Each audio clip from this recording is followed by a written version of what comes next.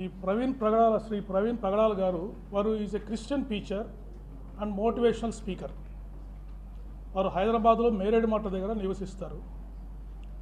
ప్రవీణ్ ప్రగడాల గారు మార్నింగ్ 11 o'clockకి బైక్లో రాజమండ్రికి బయలుదేరారు.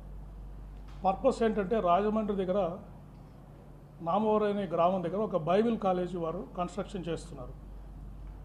ఈ వర్షాన్ని మనకు భయ ఆకాశాన్ని లోకల్గా ఎవరైతే ఆ స్థలాన్ని ఎంపిక చేయడానికి హెల్ప్ చేశారో, రిజిస్ట్రేషన్కి హెల్ప్ చేశారో వారు, అక్కడ అడపాక జాన్ అని చెప్పేసి ఒక వెల్డర్, ఆ రోజు వారు వచ్చి అక్కడ వెల్డింగ్ పనులు అక్కడ కొన్ని స్టార్ట్ చేద్దామని వాళ్ళు ప్లాన్ చేశారు ప్రవీణ్ గారు. సో వారిద్దరు కూడా ఆ వర్షాన్ని మాకు సపోర్ట్ చేశారు. తర్వాత ఎందుకు బైక్లో వచ్చారు అంటే, బైక్లో ఇక్కడికి వచ్చి రాజమండ్రి ఫ్యూచర్లో వారు ఇక్కడే ఉండి ఈ బైబిల్ కాలేజ్ కన్స్ట్రక్షన్ అంతా చేయాలనే ప్లాన్లో ఉన్నారు. కాబట్టి వారు ఫ్రీక్వెంట్గా ఇక్కడికి వచ్చినప్పుడు వారికి వెహికల్ అవసరం అవుతుంది.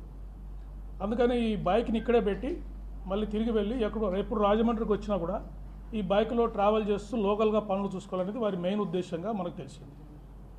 తర్వాత రాజమండ్రికి వారు వస్తున్నారనే విషయము వారి కుటుంబ సభ్యులకి, ఈ ఆకాష్కి, జాన్కి తప్ప ఇంకెవరికి తెలియదు. లోకల్గా వారు ఎవరికి కూడా ఇన్ఫార్మ్ చేయలేదు. ఆ రోజు రాజమండ్రి వచ్చే లోపల ఒకటి వెంకటసాయి ఫుడ్ ప్లాజా చీలకల్లు దగ్గర ఒకసారి మోటార్ సైకిల్ నుంచి పడిపోయారు.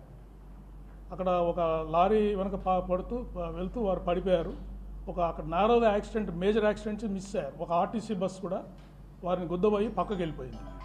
సో అక్కడ ఎవరైతే స్టాఫ్ ఆఫ్ ఫుడ్ ప్లాజా ఉన్నారో వాళ్ళంతా వచ్చి వారిని హెల్ప్ చేసి మోటార్ సైకిల్ నిలబెట్టి పంపించారు. వాళ్ళందరూ కూడా ఈ ఇన్సిడెంట్ని కన్ఫర్మ్ చేశారు. ఇక్కడ కీసరా టోల్ ప్లాజా దగ్గర కూడా వారు చాలా వేగంగా వస్తూ అక్కడ ఒక బంకుని గుద్ది పడిపోయారు. అప్పుడు అక్కడ ఉన్న అంబులెన్స్ స్టాఫ్, మెడికల్ స్టాఫ్ వెళ్ళి వారితో మాట్లాడి వారికి ఏమైనా ఫస్ట్ ఎయిడ్ కావాలని విచారించి వారితో మాట్లాడిన తర్వాత వారు నాకు అవసరం లేదని చెప్పేసి అక్కడి నుంచి బయలుదేరారు. సో వారు కూడా ఈ ఇన్సిడెంట్ని మాకు కన్ఫర్మ్ చేశారు. రామవరపాడు దగ్గర వారు విజయవాడలో దాదాపు 3:30 నుంచి 4 గంటల వరకు ఉన్నారు. రామవరపాడు రింగ్ దగ్గర అక్కడ విజయవాడ ట్రాఫిక్ ఎస్ఐ గారు ఇంకొక 2 విట్నెస్లు కూడా ఆ ఇన్సిడెంట్తో కన్ఫర్మ్ చేశారు. తర్వాత గొల్లపూడి దగ్గర వారు ఇండియన్ ఆయిల్ పెట్రోల్ బంక్ దగ్గర రీఫ్యూయల్ చేయించుకున్నారు. అక్కడ కూడా వారు ఈ డ్రంకన్ అండ్ డ్రౌజీ స్టేట్లో కనిపించారని చెప్పేసి పెట్రోల్ బంక్ స్టాఫ్ మాకు చెప్పారు. సో ఈ విధంగా ఓవరాల్ ఎవిడెన్స్ మీద మనకి ఫైండింగ్స్ అన్నీ వచ్చాయి. నెక్స్ట్ సీసీటీవీ ఫుటేజెస్ ఇవన్నీ మీకు స్టెప్ బై స్టెప్ చూపిస్తాము.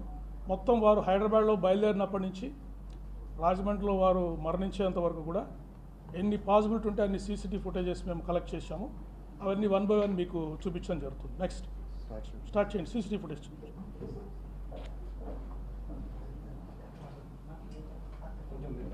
సో 11 AM అప్రాక్సిమేట్గా వారు 24వ తారీఖు వారి ఇంటి నుంచి బయలుదేరారు.